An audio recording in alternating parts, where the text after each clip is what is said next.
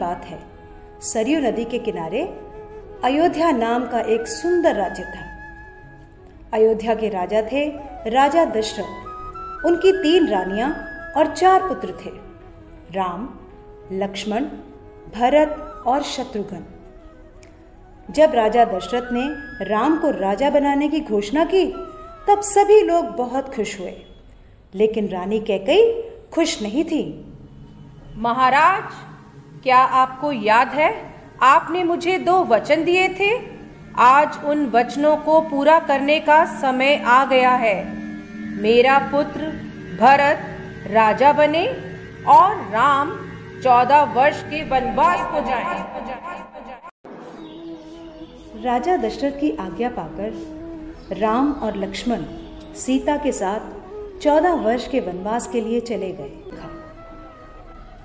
रंग सुनहरा मृग अति सुंदर, सीता मन को भाए, कोई जाए इस मृग को अति शीघ्र ले आए। सीता माता की इस बात को सुनकर श्री राम मृग की खोज में जंगल की ओर निकल गए। बहुत देर हो गई, प्रभु राम अभी तक लौटे नहीं। लक्ष्मण, लक्ष्मण,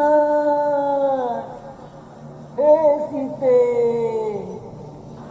हे सीते। लक्ष्मण, लक्ष्मण देखो, प्रभु तुम्हें अपनी सहायता के लिए पुकार रहे हैं। हे माते, ये मुझे किसी मायावी शक्ति का कार्य लग रहा है। आप चिंतित ना हो, भैया जल्दी घर लौट आएंगे। नहीं लक्ष्मण, मेरी आज्ञा का पालन करो। जाओ, प्रभु को तुम्हारी सहायता की आवश्यकता है। ठीक है माते, किंतु आप इस लक्ष्मण रेखा को पार नहीं करना। रावण को ज्ञान था कि वो लक्ष्मण रेखा को पार नहीं कर पाएगा, इसलिए उसने साधु बनने का ढोंग रचा और सीता माता को उठाकर ले गया। भिक्षाम देहि, भिक्षाम देहि।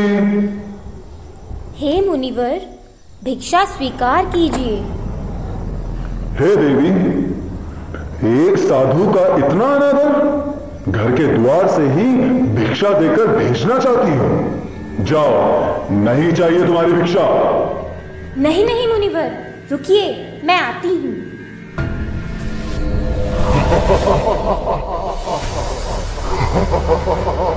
बचाओ, बचाओ, बचाओ, प्रभु राम, बचाओ, बचाओ, हे नाथ, मुझे बचाओ। यह धर्मी पापी रावण मुझे उठाकर ले जा रहा है, बचाओ। राम और लक्ष्मण सीता माता को कुटिया में ना पाकर बहुत चिंतित हुए और उनकी खोज में निकल गए। श्री राम, लक्ष्मण और हनुमान ने लंका पर चढ़ाई कर दी और राम और रावण का युद्ध हुआ, जिसमें श्री राम विजयी हुए।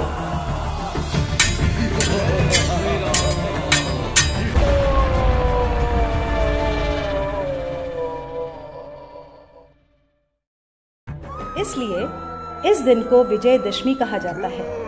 यह त्योहार बुराई पर अच्छाई की जीत का प्रतीक माना जाता है।